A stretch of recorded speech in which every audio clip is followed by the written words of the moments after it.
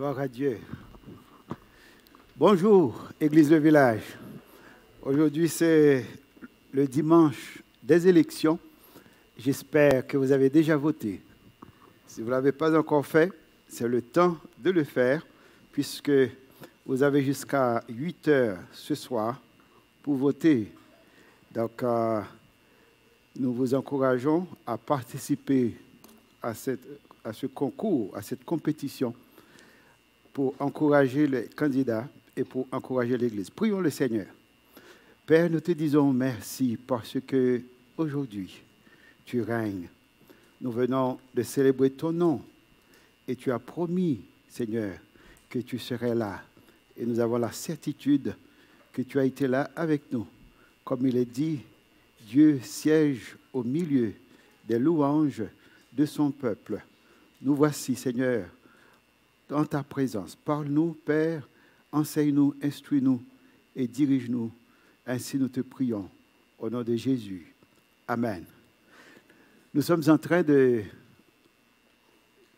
continuer avec la série « Le voyage de l'espoir ». J'ai en main un instrument. J'espère que vous savez qu'est-ce que c'est.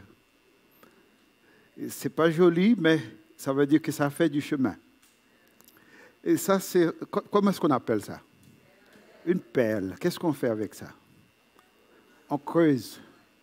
On creuse. Je ne peux pas vous dire combien de maisons cette pelle a bâti. On a utilisé pour creuser la fondation de plusieurs maisons. Et puisque chez nous, nous n'avons pas les machines, donc les ouvriers travaillent à la main. Je me rappelle, j'avais un emplacement à Vivi-Michel. Cet emplacement se situait sur un roc, sur un rocher. Et on faisait appel à un ouvrier pour creuser la fondation. J'ai été voir ce travail. C'était pénible. Ça a pris du temps. Mais finalement, la maison fut érigée sur cet emplacement. Savez-vous que ce bâtiment-là a commencé comment? Avec un coup de pelle. Un premier, un deuxième, un troisième, un quatrième. Je ne sais pas où est-ce que vous habitez. Quelle est la grosseur de votre maison? Ou là où vous travaillez, quelle est l'étendue de cet édifice? Tout a commencé avec un coup de pelle. Et ça a pris du temps. Tandis qu'on creusait la fondation, les gens passaient, les gens regardaient. Mais apparemment, personne ne comprenait qu'est-ce qui se faisait, sauf l'architecte. Celui qui avait construit le plan et qui dirige le travail, il savait qu'est-ce qui se passait. Il savait à la fin à quoi est-ce que cela allait se ressembler. Mais pour le passant, pour l'observateur, ceux qui regardent, même les ouvriers qui travaillent, même celui qui a fait le premier coup de pelle, ne savait pas à quoi cette maison allait avoir l'air. Mais quand c'est fini, quand c'est terminé, eh bien, c'était joli. Ça prend du temps pour construire. Et Dieu est en train de construire quelque chose dans ma vie, dans votre vie, dans notre vie. Et souvent, nous regardons les autres. Il semble que ça va tellement bien pour eux, ça va tellement vite pour eux, et nous avons l'impression que nous perdons notre temps. Dieu nous a oubliés et nous n'en sortirons pas. On se pose des questions, on se demande, mais qu'est-ce qui arrive? Mais tranquillement, Dieu travaille.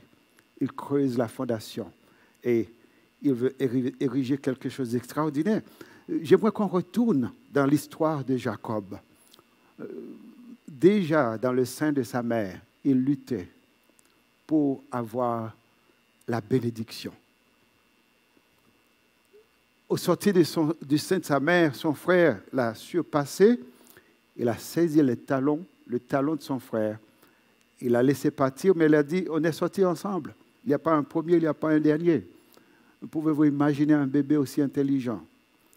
Devenu grand, il a lutté pour voler le droit d'aînesse qui ne lui appartenait pas. Et toute sa vie, il a lutté pour achever un rêve, être l'héritier de Dieu. l'héritier de la promesse de Dieu, l'héritier d'Abraham. La leçon, c'est que nous ne comprenons pas toujours Dieu. Parce que après avoir lutté toute sa vie, finalement, il a vu Dieu. Finalement, il a reçu ce qu'il voulait avoir toute sa vie. Il a reçu la bénédiction de la part de Dieu. Et maintenant, il est reparti, nous, avec un cœur nouveau, une nouvelle vision de la vie, une nouvelle vision des choses. Il est parti en vainqueur. Nous ne comprenons pas toujours comment Dieu travaille. Dieu établit des lois que Dieu ne violera jamais. Il y a des choses que Dieu veut faire, ça va prendre du temps. Vous êtes peut-être jeune ou un parent ou tout simplement un entrepreneur, quelqu'un qui essaie de réaliser quelque chose. Et vous travaillez beaucoup, vous ne voyez pas de résultat. Comme pasteur, ça fait 5 ans que je travaille à édifier cette église, à implanter cette église. Et des fois, c'est difficile, je pleure et je questionne ma vocation, je questionne mes talents, je questionne mon Dieu, parce que ça n'avance pas dans la direction. Moi, j'aimerais que ça aille. Eh bien, quand Dieu veut faire un melon, Dieu prend 3 mois pour grossir un melon. Mais quand Dieu veut faire grandir une chêne, ça peut prendre 20 ans, 30 ans, 40 ans. Et la chêne a regardé le melon arriver de génération en génération pendant 30 ans qu'il est là, mais chaque 3 mois, il y a des melons qui sortent. Mais la chêne n'arrive pas à grandir, ça prend du temps. Imaginez si la chêne disait, ça prend trop de temps, je vais abandonner. Parce que je ne suis pas un melon. Le melon, ça arrive vite. J'aimerais arriver très vite dans la vie, et puisque ça n'avance pas, ça ne vaut pas la peine. Eh bien, Dieu veut faire de la chaîne quelque chose de durable, comme cette chair, un lit, quelque chose qui va rester de génération en génération. Ça prend du temps pour construire. Ça prend du temps pour bâtir. Le melon se mange dans l'espace de quelques minutes, dans l'espace d'un moment, et ça passe. Et la chaîne doit être solide. Le melon ne doit pas être solide parce que quand on marche dessus, ça va briser les dents si c'est trop solide. Donc Dieu a sa façon d'agir, il prend son temps, et la Bible dit que Dieu fait toutes choses bonnes en son temps. Votre vie est un monument à la gloire de Dieu. Si ça prend du temps, prenez le temps qu'il faut. Dieu travaille. Ce que Dieu veut faire de ta vie, tu ne le sais pas. Donc, le découragement ne devrait jamais vous empêcher de poursuivre vos buts. Il y en a parmi vous, vous avez des rêves, vous avez des buts dans la vie, et vous dites que vous n'y arriverez pas parce que ça ne va pas assez vite. Ce matin, je suis là pour vous dire que tu arriveras, tu y arriveras. Tu atteindras le but. Prenez courage, sois patient, continue à creuser. Creuser, ça prend du temps, mais travailler. Pour être là où je suis, je ne sais pas combien d'années de travail j'ai mis pour arriver là.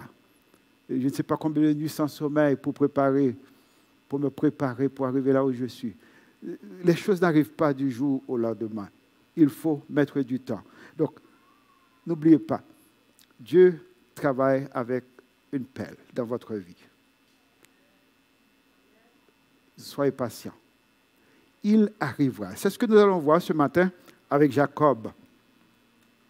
J'aimerais vous inviter à lire ce passage avec moi.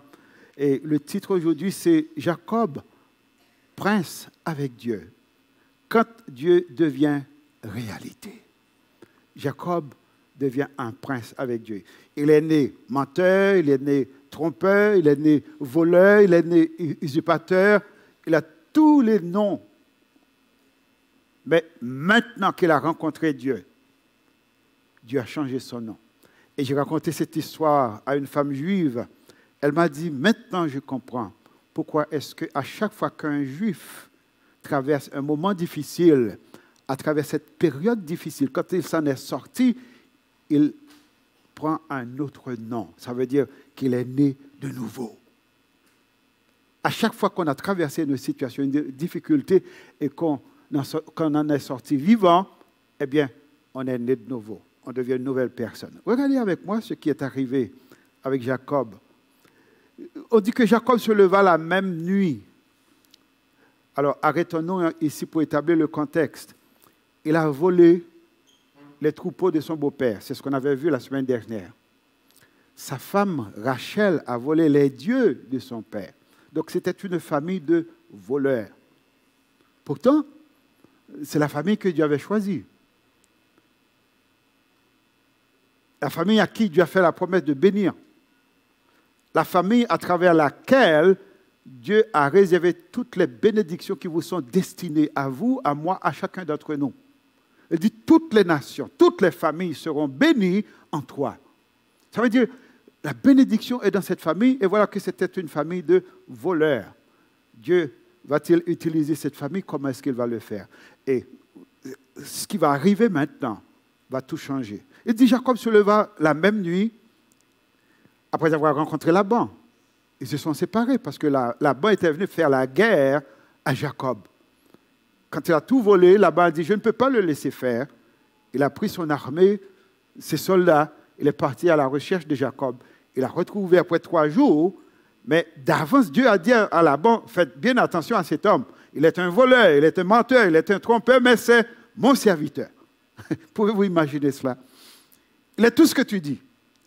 Mais c'est un homme que j'ai choisi. Ce que je veux faire de lui n'est pas encore arrivé, mais je travaille dans sa vie. Laban, attention. Laban est arrivé, il a dit à Jacob, je pouvais te tuer, toi, tes serviteurs, et tout prendre. Mais ton Dieu m'a parlé cette nuit. Ton Dieu m'a dit de faire attention. Alors maintenant, on va faire une alliance. Il a fait alliance avec Jacob. Il a dit, désormais, tu ne retourneras pas dans ce pays-là pour prendre mes biens. Et moi non plus, je ne traverserai pas de ton pays pour te faire du mal. Et la Bible dit, cette même nuit, Jacob, pratique qu'il est, intelligent qu'il est, et il a survécu de justesse. Il s'est échappé à peine. Il dit, je ne vais plus rester là. La même nuit, Jacob se leva, prit ses 2 femmes. N'oubliez pas qu'il avait 2 femmes à ce moment-là, Rachel et Léa, mais il avait aussi les servantes aussi. Donc, il prit ses 2 femmes, ses 2 servantes et ses 11 enfants et passa le gué de Jabbok. Il les prit, leur fit passer le torrent et le fit passer à tout ce qui lui appartenait. Jacob demeura seul. Alors un homme lutta avec lui jusqu'au lever de l'aurore. Voyant qu'il ne pouvait pas le vaincre, cet homme le frappa à l'emboîture de la hanche. Et l'emboîture de la hanche de Jacob se démit pendant qu'il luttait avec lui. Il dit, c'est l'ange qui parle, il dit, laisse-moi aller, car l'aurore se lève. Et Jacob répondit, je ne te laisserai point aller, que tu m'aies béni. C'est ce qu'il cherchait toute sa vie. Même avant sa naissance, il a voulu avoir la bénédiction. Il a eu une vision. Il a dit, je ne laisserai pas aller mon rêve. Je ne laisserai pas aller cette vision. Je dois réussir, je dois me battre, je dois lutter. Il dit, je ne te laisserai pas partir, que tu m'aies béni. Alors, l'ange lui dit, quel est ton nom? Il répondit, Jacob. Souvenez-vous que Jacob veut dire usurpateur, menteur, trompeur, voleur. Il dit, mon nom est Jacob. Il dit encore, ton nom ne sera plus Jacob. C'est ce qui arrive. Si quelqu'un est en Christ, il est une nouvelle créature. Les choses anciennes sont passées. Voici, toutes choses sont devenues nouvelles. Et quand on est né de nouveau, Dieu nous donne un nom nouveau. Il change notre nom.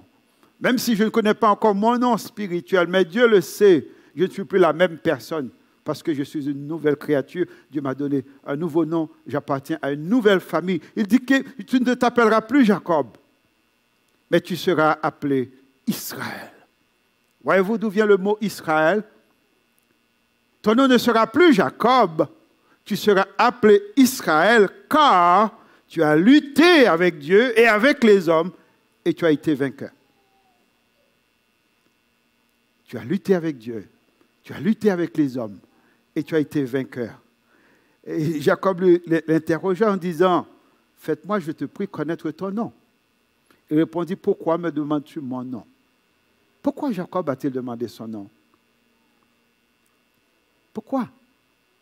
Peut-être c'est pour vénérer cet ange, pour lui offrir un culte. Peut-être c'est pour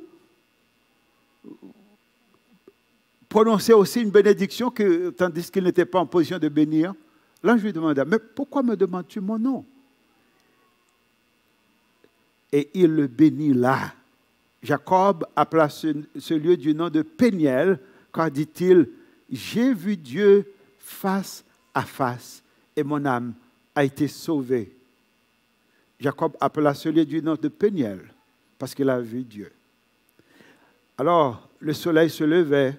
Lorsqu'il passe à Péniel, Jacob boitait de la hanche. Quelle histoire! Vous lisez cette histoire, vous ne comprenez peut-être encore absolument rien. Qu'est-ce qui se passe là? Je dois vous donner le contexte. Il a laissé un ennemi en arrière. Il fait face à un autre ennemi. Un ennemi pire que le premier, son frère Ésaü. Vous souvenez-vous qu'il avait tout volé? Ésaü avait promis qu'à la mort de son père, il allait tuer Jacob. Et Rebecca, qui a voulu sauver la vie des deux enfants, a conseillé à Isaac de faire partir Jacob. Après 14 années d'exil, il revient à la maison, il a envoyé un message à son frère pour dire, écoutez, je reviens à la maison. Vous savez, je n'ai pas besoin de quoi que ce soit de ce qu'il y a là dans la maison parce que Dieu m'a béni. C'est ce que je vous disais la semaine dernière. Il ne faut pas voler la bénédiction des autres quand Dieu a en réserve vos propres bénédictions. Ce qui appartient à l'autre appartient à l'autre. Quand on travaille quelque part, on fait ce qu'on a à faire. On ne vole pas ce qui appartient à l'autre parce que Dieu réserve votre propre bénédiction pour vous. Et Jacob a dit, je n'ai pas besoin de vos biens. Maintenant, je suis béni. Et son frère, connaissant Jacob, il dit, c'est peut-être un autre truc. Je serais ravi de le voir, de le revoir, mais je ne vais pas prendre de chance. Et il a pris son armée de 400 hommes pour aller rencontrer Jacob. Il dit, on ne sait jamais. On va se donner des accolades, on va se parler, mais pendant ce temps, je vais avoir mon armée à côté de moi, en cas où Jacob changerait d'idée et qu'il resterait encore Jacob qu'il était. Alors je serai prêt, je serai Ésaü cette fois-ci, bien armé pour l'attendre. Et quand il a reçu les nouvelles que Ésaü venait avec 400 soldats à cheval, la Bible dit qu'il était effrayé. Il a eu peur. Il tremblait de peur. Et là, il est redevenu Jacob. Il est vrai Jacob. Il commence à faire des trucs. Il met les troupeaux en avant, nous dit la Bible. Les petits avant, les gros, etc., etc., etc. En cas où quelque chose se passe en avant, il aura le temps de se sauver. Il a mis toutes les femmes. La Bible dit qu'il commence avec les femmes qu'il n'aimait pas. Intelligent, n'est-ce pas? Il mettait les femmes qu'il n'aimait pas avant, avec leurs enfants, jusqu'à Léa, qu'il aimait vraiment, non, Rachel, qu'elle aimait vraiment, avec les enfants de Rachel. Et après, Rachel, lui, il est resté de l'autre côté. Si toutefois, Ésaü a eu l'intention d'attaquer, il va commencer par attaquer à ceux qui sont en avant. Moi, j'aurai le temps de me sauver. Et la Bible dit qu'il a fait passer toute la famille et ses troupeaux de l'autre côté du Jourdain. Et il est resté seul. Et j'imagine que cette fois-ci, il savait qu'il n'avait d'autre choix que de prier. Et c'est là, tandis qu'il était seul, qu'un homme lui est apparu. La Bible dit que c'est un homme, parce que les anges ont l'apparence des hommes parfois. Le Seigneur Jésus, avant son incarnation, il revenait, mais sous des formes humaines. On voyait que c'était un homme. Quand il est allé voir Abraham, c'était 3 hommes. Donc, un homme luttait avec Jacob. Mais à la fin, Jacob savait que c'était un ange. Il a demandé, quel est ton nom? Il y a 3 choses importantes à souligner dans ce passage. D'abord, un nouveau rêve. Vous souvenez-vous du premier rêve? Quand il a vu Dieu la première fois, Dieu était resté à distance. Les anges montaient et descendaient de l'échelle, mais Dieu a pris cette distance avec Jacob. Il s'était présenté pour dire, je suis le Dieu de ton père, Abraham, le Dieu d'Isaac. Il dit, voici ce que je vais faire pour toi, parce que le plan que tu as, ce rêve que tu as dans ton cœur, c'est mon plan. Ce n'est pas ton plan, c'est le plan de Dieu. À travers ce plan, Dieu va bénir le monde entier. À travers ton plan, Dieu veut bénir votre pays, il veut bénir votre communauté, il veut bénir votre famille. Ce n'est pas votre plan, c'est le plan de Dieu. Et Dieu dit, c'est mon plan. Et je suis en charge, je vais faire toutes les provisions nécessaires pour faire réussir ce plan. Alors, marche avec moi. Et Jacob a dit, tu veux être mon Dieu? Si tu veux être mon Dieu, voilà ce qu'il faut faire. Il faut me donner de la nourriture, il faut me donner des vêtements, il faut me donner la protection, parce que là où je vais, il y a de l'insécurité.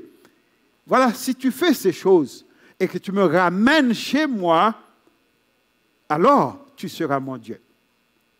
Et après 14 ans, Dieu a fait tout ce qu'il avait promis de faire, pour tout ce que Jacob avait demandé. Il lui a donné une femme, des biens, de la nourriture, des vêtements. Et Jacob, pendant que Jacob était encore chez Laban, Dieu a dit, c'est le temps de partir, de retourner chez toi. Et Dieu l'a ramené chez lui. Et maintenant qu'il va traverser le Jourdain pour retourner chez lui, Dieu l'a rencontré une deuxième fois. Mais cette fois-ci, Dieu n'est pas resté à distance. Pourquoi est-ce qu'il n'est pas resté à distance? Je ne sais pas. Mais il a fait ses preuves. Il a démontré à Jacob qui il était, ce qu'il pouvait faire. Maintenant, il veut avoir ce contact intime, ce contact vraiment serré avec Jacob. Un corps à corps, une tête à tête, cœur à cœur avec Jacob avant qu'il retourne chez lui. Et Jacob, il est venu lutter avec Jacob. La Bible dit qu'ils ont lutté toute la nuit. Pouvez-vous imaginer un homme avec la force de lutter avec un ange? Avez-vous déjà vu ce qu'un seul ange peut faire? Si vous lisez l'histoire d'Israël, quand David avait fait le dénombrement du peuple, un seul ange arrivait à Jérusalem, des milliers de personnes étaient mortes. Il avait son épée à la main et il frappait la ville, les gens tombaient comme des mouches. Un seul ange. Et voilà que Jacob luttait avec cet homme pendant toute la nuit. Et quand le jour se levait, l'ange a dit, laisse-moi partir maintenant. Parce que, tandis qu'on luttait, il ne voyait pas la face de l'ange, il ne voyait pas, mais il dit, c'est le moment de partir. Jacob dit, tu ne partiras pas. Tu resteras là avec moi. L'ange dit, non, il faut me laisser partir. Jacob dit, non, tu ne partiras pas. Tu restes. Et ils ont lutté. Et finalement, l'ange l'a frappé. Il a donné un coup de barre. C'est ce qu'on appelle un coup de barre. Il a donné un coup à Jacob. Et Jacob est devenu boiteux. Et la Bible dit qu'il est resté boiteux toute sa vie. Parce que toute sa vie, il luttait avec ses propres forces. Il ne dépendait pas de Dieu. Il dépendait sur ses propres idées, sur ses propres pensées, ses trucs personnels. Et maintenant, Dieu lui a donné un signe. Il va se rappeler pour le restant de sa vie qu'il dépendait de Dieu. À chaque fois qu'il marchait, boiteux comme ça, il savait qu'il devait dépendre de Dieu. Et avant de partir, Jacob a dit, tu dois me bénir. Et l'ange l'a béni. L'ange l'a béni. Je ne sais pas quelle bénédiction il lui a donnée. Mais la Bible dit qu'il l'a béni. N'est-ce pas que le Seigneur a promis que lorsque nous nous réunissons ici, qu'il serait là pour nous bénir et pour nous sanctifier? Luttez-vous pour avoir cette bénédiction. Saisissez-vous le Seigneur.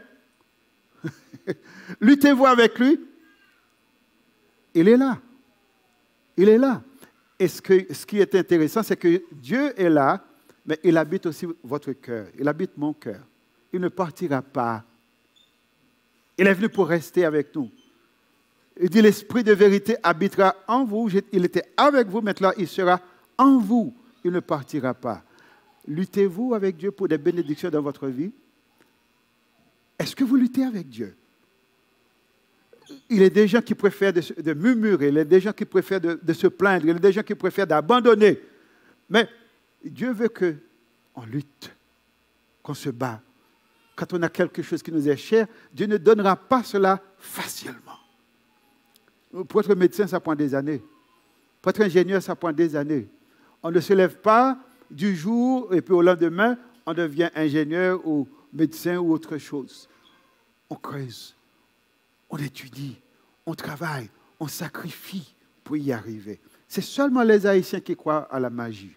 Et on reproche l'Église pour dire que c'est l'Église qui donne au peuple haïtien une mauvaise conduite. Ce n'est pas vrai. C'est le vaudou qui vous fait croire à la magie. Mais pour nous, nous croyons que Dieu a un temps, il y a une place, un temps pour chaque chose, et Dieu prend son temps pour faire ce qu'il veut faire, et Dieu veut nous engager dans ce qu'il veut faire pour nous. Dieu pouvait lui accorder la bénédiction aussi facilement que cela. Mais Dieu dit non. Non, tu vas travailler.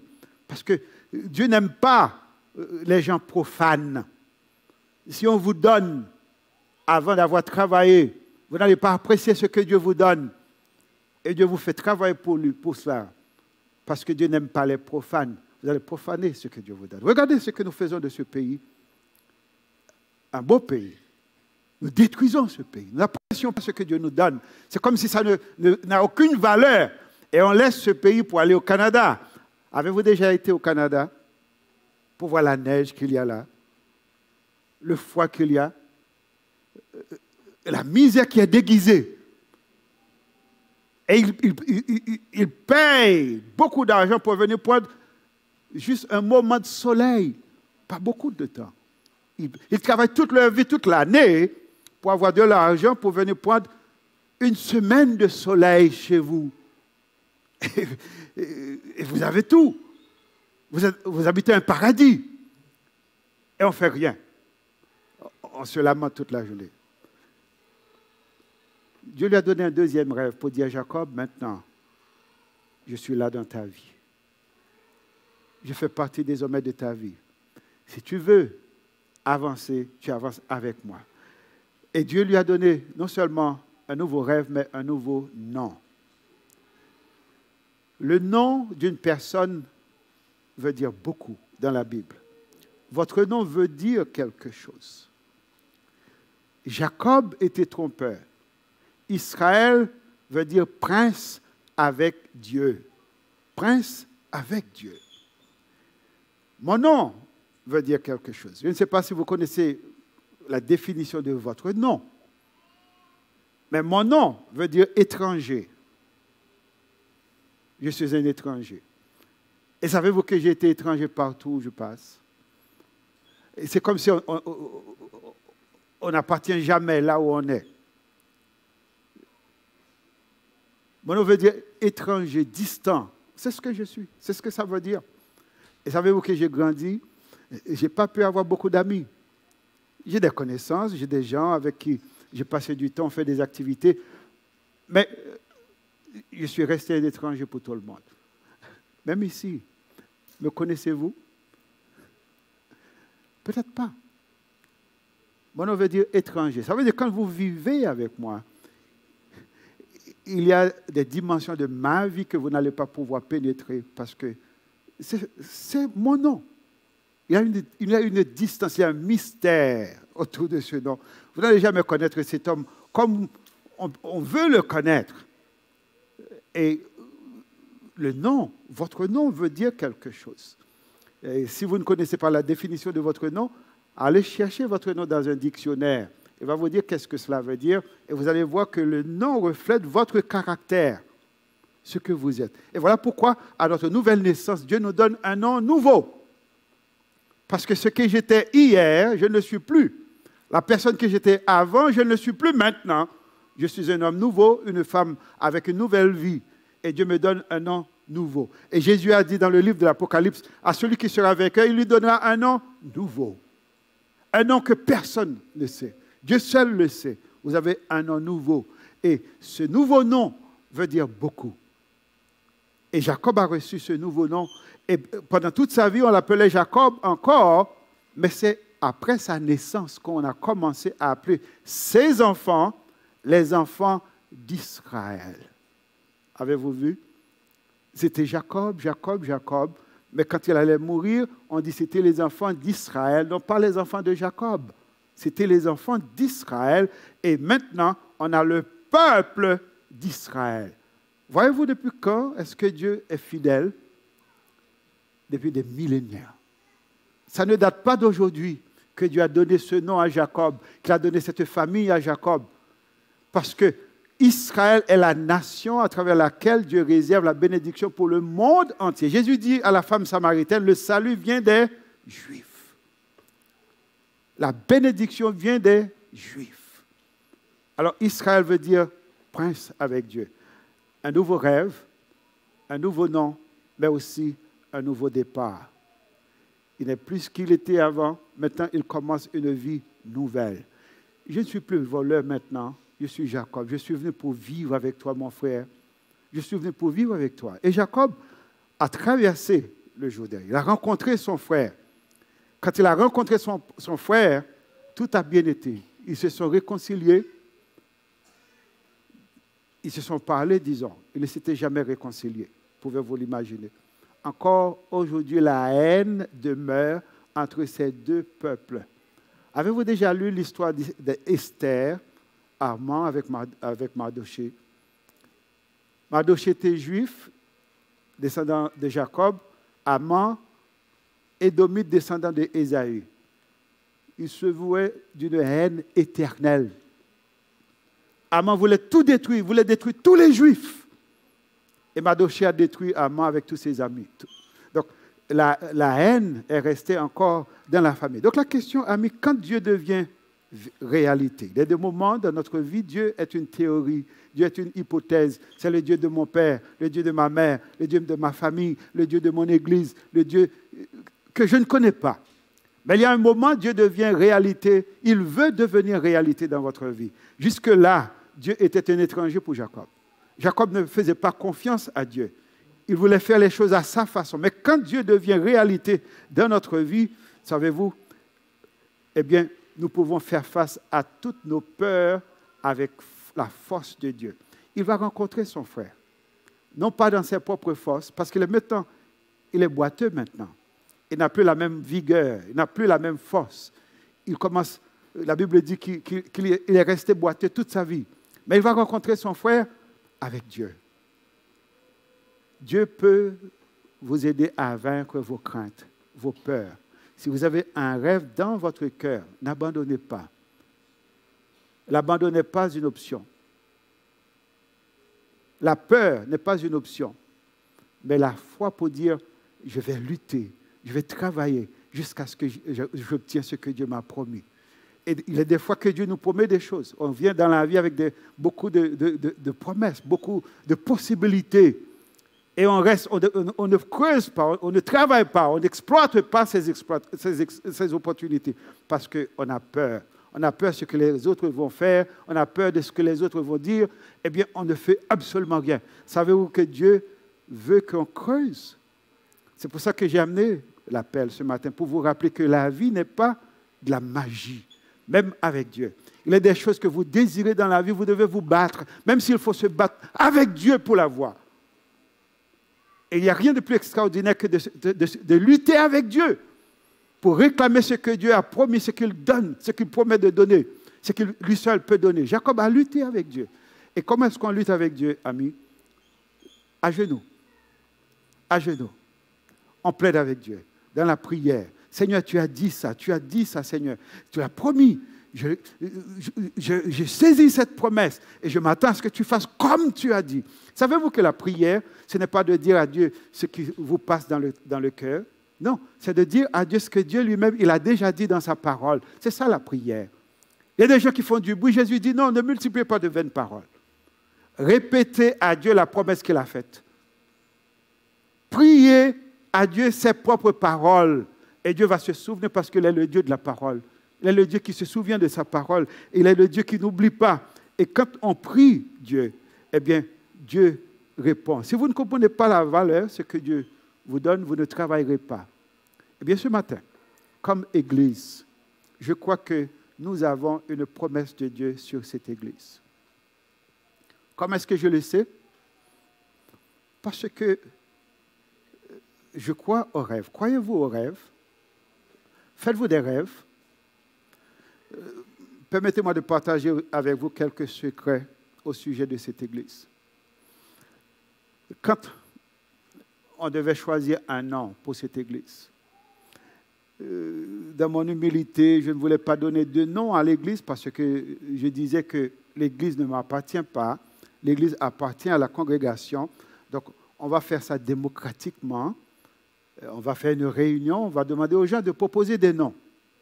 Il y a un ami qui m'a appelé, qui m'a dit, Gerson, quel est le nom de ton église? J'ai dit, je n'ai pas d'église, l'église n'a pas de nom. J'ai dit, dimanche, nous allons avoir une assemblée générale. Et dans l'assemblée générale, les gens vont faire des propositions et nous allons choisir un nom pour l'église. Il me dit, je ne viendrai pas dans cette église. J'ai dit, mais pourquoi? Il dit, on va craser l'église, mon cher. Il dit, comment est-ce que on va craser l'église?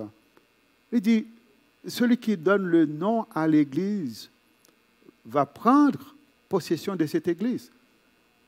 Si tu ne donnes pas le nom à l'église, et tu perds tout, et les gens vont courir à nouveau.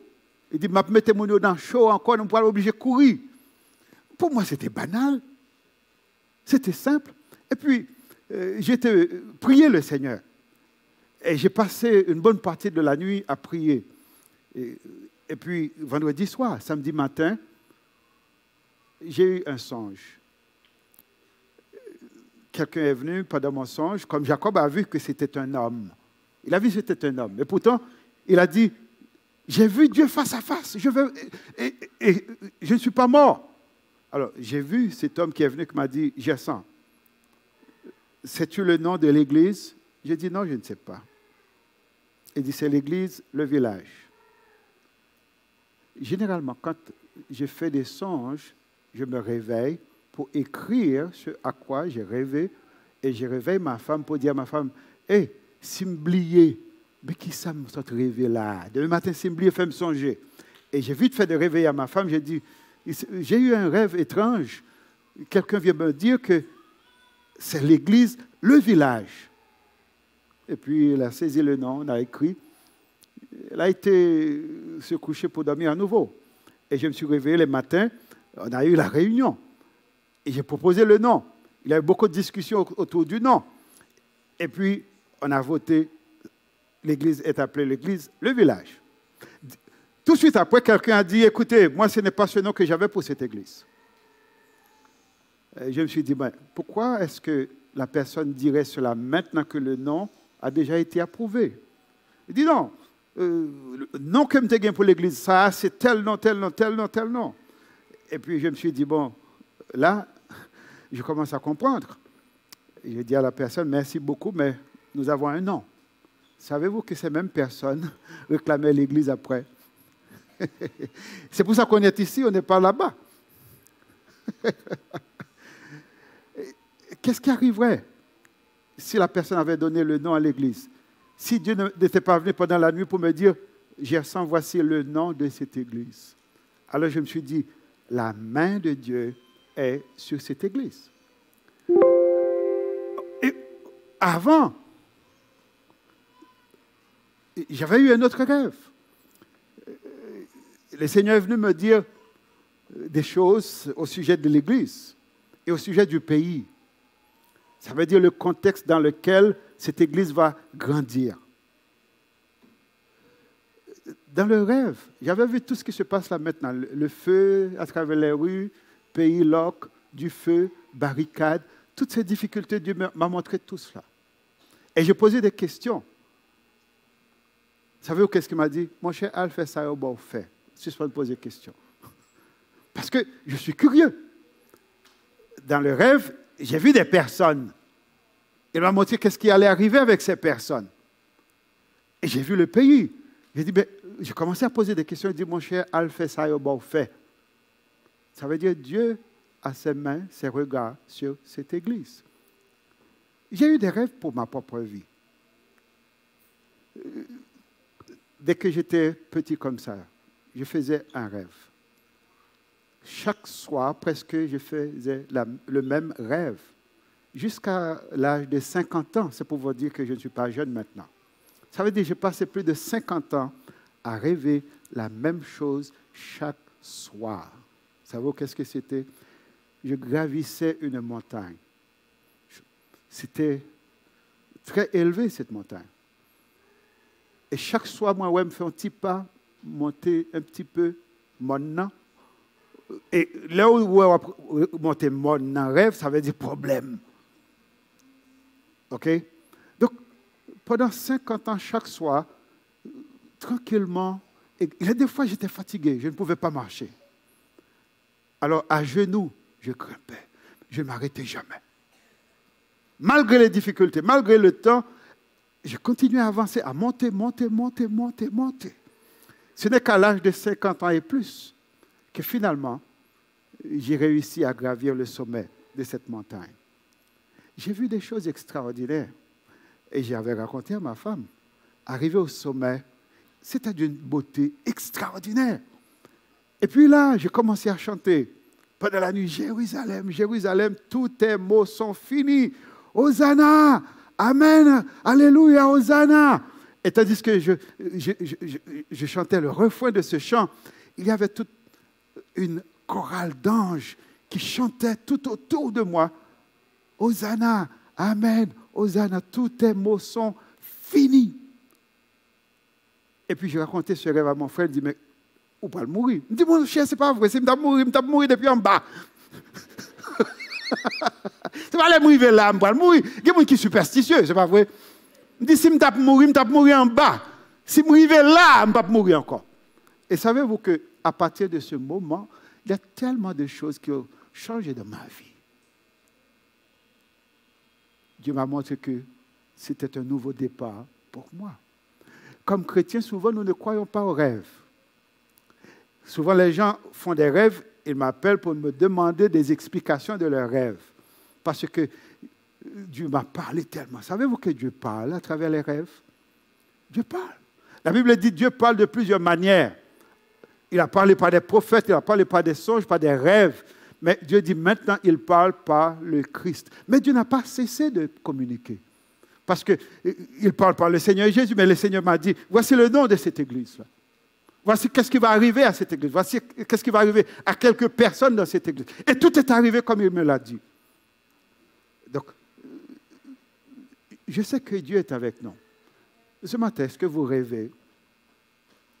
Rêvez-vous. Comprenez-vous ce que Dieu est en train de vous dire à travers vos rêves?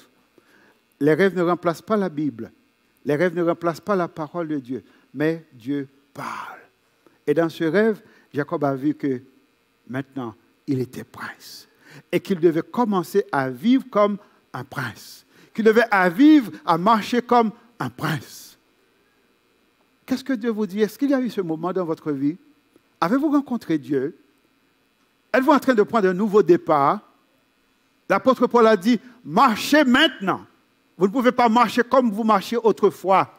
Vous étiez autrefois ténèbres. Maintenant, vous êtes lumière. Marchez comme des enfants de lumière. Parce que Dieu a changé quelque chose dans votre vie. Vous avez vu Dieu. Et ce voyage de l'espoir, c'est un voyage avec Dieu. Il y a des moments où Dieu se montre. Il y a des moments que Dieu intervient par des provisions. Il y a des moments qu'il intervient par d'autres choses. Mais il y a des fois qu'il veut être là avec nous, là où nous sommes. Et c'est ce que nous allons célébrer bientôt lorsque nous célébrerons la Noël. Emmanuel, Dieu avec nous. Mais qu'est-ce qui se passe quand Dieu est dans ta vie? Comment est-ce que tu vis maintenant que Dieu est dans ta vie? Et c'est là la question que le monde nous pose. Parce que nous disons que Dieu est dans ma vie. Dieu est avec moi. Mais quelle est la différence maintenant que Dieu est avec toi et avant, lorsque Dieu n'était pas là? Savez-vous qu'est-ce que ça veut dire que d'avoir un Dieu dans ta vie? En grec, on dit « entheos ». Ça veut dire enthousiasme. Le mot enthousiaste.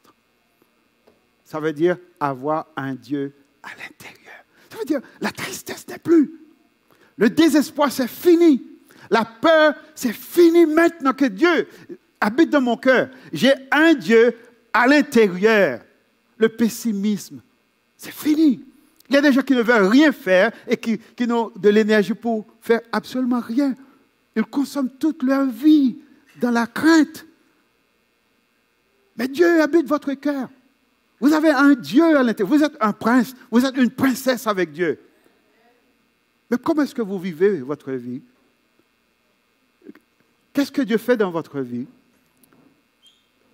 Et souvent, comme les enfants de Corée, les gens nous demandent, mais où est son Dieu? Où est votre Dieu? Le moment que nous sommes en train de vivre dans le pays maintenant, le fait que je suis resté avec vous, savez-vous que pour beaucoup de mes amis, c'est un témoignage extraordinaire. Ça veut dire, ils voient comment est-ce que Dieu peut nous protéger même dans ces situations. Pour eux, ce serait facile de dire, écoutez, je retourne soit au Canada, je retourne aux États-Unis. J'ai dit non, je reste parce que j'ai une église. Je ne peux pas abandonner mon église. Et quel témoignage, amis, d'avoir le courage de dire, parce que Dieu est avec moi, je vais oser faire ça. Parce que Dieu est avec moi, je ne vais pas abandonner. Parce que Dieu est avec moi, je ne vais pas désespérer. Parce que j'ai Dieu dans ma vie. Aujourd'hui, les gens se posent la question, mais qu'est-ce que ça veut dire que d'avoir Dieu dans votre vie? Qu'est-ce que ça veut dire que d'être chrétien? Pour beaucoup d'entre vous, ça ne veut absolument rien dire. Vous vivez comme les autres. Vous faites comme les autres. Vous enviez ce que possèdent les autres. Et tandis que votre bénédiction est là. Et Dieu attend. Dieu attend qu'on réalise qui il est. Dieu attend de nous rencontrer vraiment pour nous donner tout ce qui nous appartient. Tout ce qui vous appartient. Et l'apôtre Paul l'a dit bien. Tout est à vous. Que ce soit Paul, Apollos, la vie, la mort, même le Seigneur Jésus est à vous. Vous n'êtes pas pauvre. Vous n'êtes pas petit. Vous êtes un prince. Vous êtes une princesse avec Dieu. Et c'est ce que Dieu est en train de nous dire à travers la vie de Jacob, à travers cette période. Il dit, tôt ou tard, je vais te rencontrer. On doit se parler. Et peut-être que vous avez besoin de parler à Dieu. C'est peut-être vous qui allez lui poser des questions. Seigneur, pourquoi ça? Pourquoi ça? Mais il y a des moments, c'est lui qui va vous parler. Mais quel est ton nom? Pourquoi est-ce que tu vis comme tu vis maintenant? Tu ne devrais pas vivre comme ça parce que ton nom, c'est autre chose. Ton nom ne conforme pas avec ta façon de vivre, n'est pas conforme avec ta façon de vivre. Tu devrais vivre autrement. Tu devrais marcher autrement. Quel est ton nom? Et Dieu vous pose la question ce matin. Quel est ton nom? Et si vous ne vivez pas selon le nom, il est prêt à changer ce nom pour vous donner un nom extraordinaire. Un nom qui signifie l'espoir. Un nom qui signifie l'avenir. Un nom qui signifie victoire. Il a dit, tu as lutté avec Dieu et avec les hommes, tu as été vainqueur. Tu n'as pas été vaincu, mais vainqueur. Ça veut dire, tu es un lutteur. Et ce que j'aime avec les Haïtiens, nous sommes des lutteurs. Mais souvent, nous menons le mauvais combat. Nous ne luttons pas pour la bonne chose. Nous embrassons des causes qui n'amènent nulle part, qui ne changent absolument rien, simplement pour nous faire plaisir. Et quand on se donne à ces choses, on se donne avec tellement de passion, on dirait que c'était la chose la plus extraordinaire. Et quand c'est fini, vous n'avez obtenu absolument rien. Mais si vous voulez vous battre, si vous êtes un lutteur avec Dieu, luttez pour quelque chose que Dieu veut vraiment vous donner. Quelque chose qui va faire une différence, non seulement dans votre vie, mais dans la vie de ce pays, dans la vie de votre famille, dans la vie de votre communauté. Jacob n'est plus Jacob maintenant. Il est le prince avec Dieu. Et nous allons voir la semaine prochaine comment est-ce qu'on vit quand on est un prince avec Dieu. Parce que je pense que c'est ce qui manque aujourd'hui. Vous êtes chrétien, vous ne savez pas comment vivre comme chrétien. Vous abordez les questions de la vie comme les autres. Vous faites face à vos difficultés comme les autres. L'insécurité vous affecte de la même manière qu'elles affectent les autres. C'est une réalité, mais il y a différentes réactions au même problème. Vous êtes désormais un enfant de Dieu. Et je prie que Dieu vous donne de réaliser que vous n'êtes pas seul, vous ne serez jamais seul. Alors, le découragement, ce n'est pas une option dans ta vie. L'abandon, ce n'est pas une option. Mais le combat, c'est à quoi Dieu vous appelle, lutter. Si vous tombez, relevez-vous et continuez à lutter. Vous êtes blessé, allez vous faire soigner et continuez à lutter parce que la vie est une lutte et ceux qui vivent, ce sont ceux qui luttent. Si vous refusez de lutter, si vous levez les matins, vous n'avez même pas le goût de sortir du lit pour aller affronter la vie, pour aller affronter les difficultés, vous n'irez nulle part. Mais vous devez avoir le courage, même quand ça ne marche pas, de vous lever pour dire, je me lèverai, parce que Dieu fera la différence. Je vais partir, je ne sais même pas où est-ce que je m'en vais. Mais Dieu conduira mes pas et Dieu me donnera la victoire. parce que je suis un lutteur. J'espère que ce matin, tous ici ce matin, vous êtes des lutteurs, des gens qui luttent avec les hommes. Parce que les hommes sont là parfois pour vous empêcher de réussir. Mais luttez avec les hommes. Vous allez vaincre ces hommes-là. Vous êtes un lutteur avec Dieu. Dieu n'est pas là pour vous empêcher, mais il est là pour vous faire grandir. Ça veut dire qu'il augmente les difficultés. Ou pas, les gens ont fait faire, les gens ont fait sport, ou augmenter poids à chaque fois pour ses muscles. Bon Dieu veut un muscle. Parce qu'il y a un travail sérieux, il a besoin de faire. Il a besoin de poignette pour faire. Il a besoin de jarrette pour faire. Il veut une force pour faire. Et augmenter les difficultés, pas pour vous écraser, mais pour vous faire grandir. Alors luttez. Luttez, n'abandonnez pas. Luttez. Un jour, tu verras Dieu et il dira, maintenant tu es vainqueur. Vainqueur des hommes, mais vainqueur avec Dieu. Israël. Que Dieu fasse de nous, non seulement des enfants d'Israël, mais des vrais Israélites. Merci.